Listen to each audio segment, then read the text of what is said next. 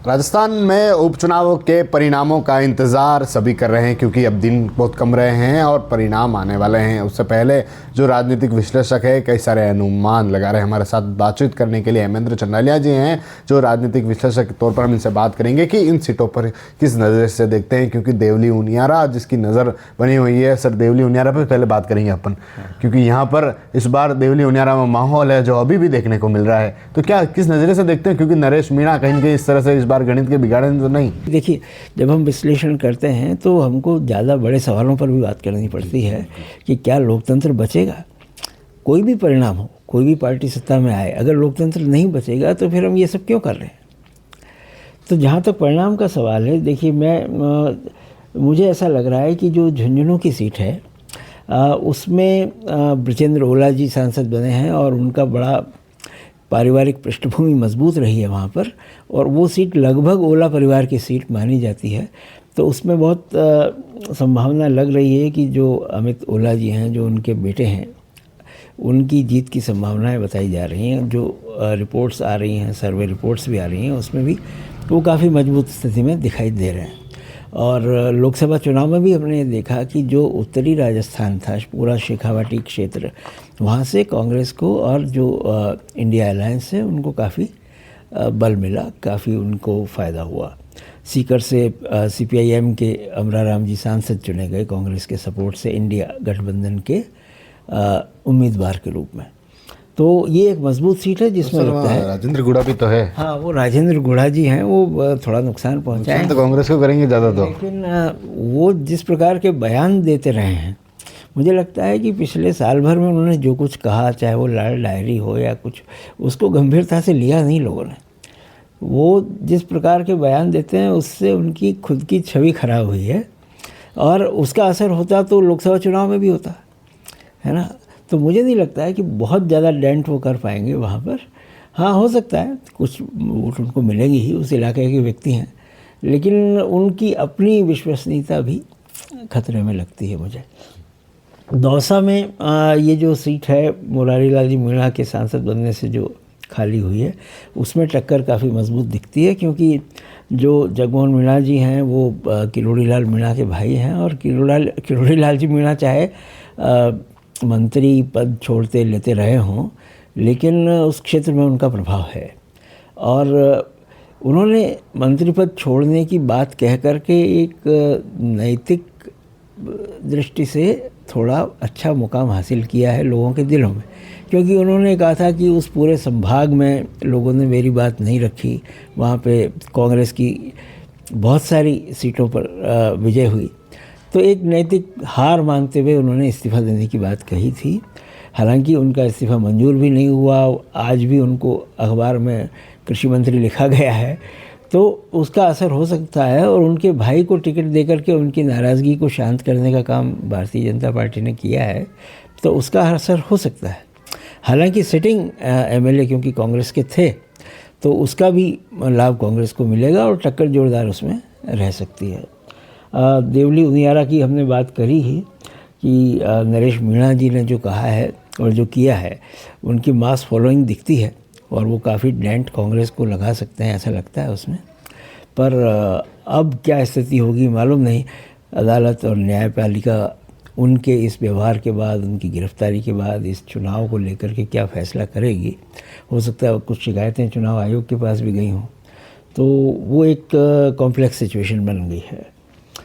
खींवसर का जहाँ तक सवाल है, वहाँ पर आरएलपी का बड़ा प्रभावशाली उपस्थिति रही है, और हनुमान बेनीवाल बड़े लोकप्रिय नेता उस इलाके में हैं। लेकिन जो कांग्रेस ने स्टेप लिया है इस बार, डॉक्टर रतन चौधरी को टिकट दे करके, वो काफ़ी मुझे लगता है कि नुकसान पहुंचा सकते हैं आरएलपी को, क्योंकि महिला उम्मीदवार के सामने एक महिला उम्मीदवार को दिया है, और वो भी काफ़ी लोकप्रिय, उनका अपना एक बड़ा राजनीतिक इतिहास है, पारिवारिक पृष्ठभूमि है।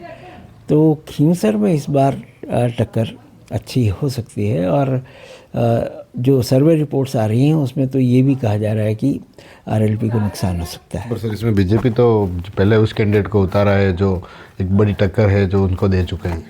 जी हाँ, वही तो मैं ये कह रहा हूँ कि बीजेपी भी अपनी जगह है, तो अब ये त्रिकोणीय मुकाबला है। इस त्रिकोणीय मुकाबले में बीजेपी के वोट और कांग्रेस के जो वोट हैं वो क्योंकि बहुत अलग होते हैं, तो जो वोट कटेंगे वो हो सकता है कि आरएलपी के वोट ज़्यादा कटें। रामगढ़ को किस नज़र से देखते हैं सर आप? रामगढ़ का जो चुनाव है उसमें जुबैर खान साहब बने हैं सांसद और काफ़ी लोकप्रिय विधायक वो रहे हैं। उनके बेटे आर्यन जुबैर इस बार चुनाव लड़ रहे हैं और उनकी भी जो रिपोर्ट्स आ रही हैं काफ़ी पॉजिटिव रिपोर्ट्स हैं। ऐसा लग रहा है कि रामगढ़ चुनाव कांग्रेस के पक्ष में जा सकता है। इनकी पार्टी ने भी यहाँ पर वो सहानुभूति कार्ड खेला है रामगढ़ में भी। जी जी, तो ये बात सही है। पर जो रामगढ़ का निर्वाचन क्षेत्र है उसमें जो पारंपरिक बीजेपी के वोट हैं वो इस बार मुझे लग रहा है कि बिखरेंगे कुछ, तो इसका लाभ आर्यन जुबैर साहब को मिल सकता है कि चुनाव के दौरान एक ख़ास वर्ग के लोगों को मतदान से रोका गया।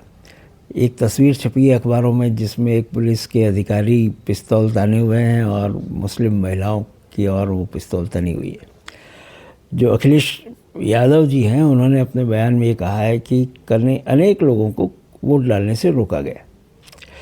दूसरी तरफ महाराष्ट्र में जो भारतीय जनता पार्टी के राष्ट्रीय महासचिव हैं विनोद तावड़े, वो पकड़े गए हैं। 5 करोड़ के आसपास की राशि का सवाल उसमें आ रहा है और जो डायरी मिली है उसमें तो कह रहे हैं कि 75 करोड़ रुपए।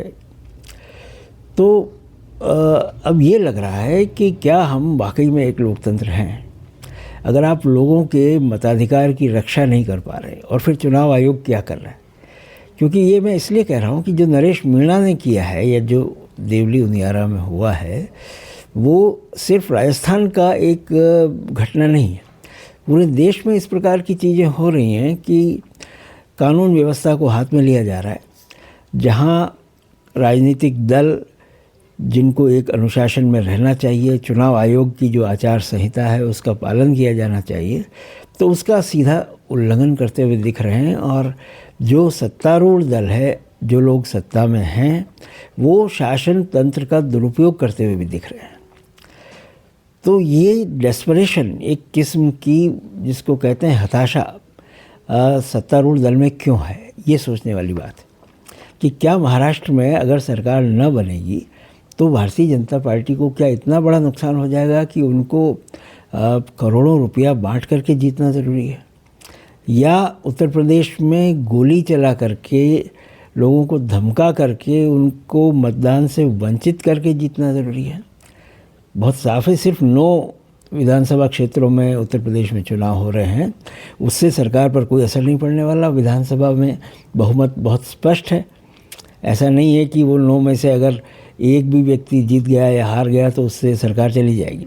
इसी तरीके से महाराष्ट्र में जो चुनाव हो रहे हैं उसमें अलायंस है अभी भी, भारतीय जनता पार्टी और शिवसेना शिंदे गुट की सरकार है और भी बहुत सारे पार्टनर्स हैं। तो ऐसा क्या हो गया कि इतना डेस्परेशन, इतनी हताशा लोगों में आ गई कि हम ये इनके इन प्रकार जीतना चाहते हैं। इससे ये हो रहा है कि चुनाव की विश्वसनीयता खत्म हुई। हरियाणा में जो हुआ उसको लेकर के भी अनेक प्रश्न चिन्ह हैं कि जब सारा मीडिया, जो कि गोदी मीडिया भी था, वो तक कह रहा था कि यहाँ कांग्रेस की सरकार आ रही है, लेकिन ऐसा क्या हुआ कि वहाँ पे एकदम परिणाम उलट गए।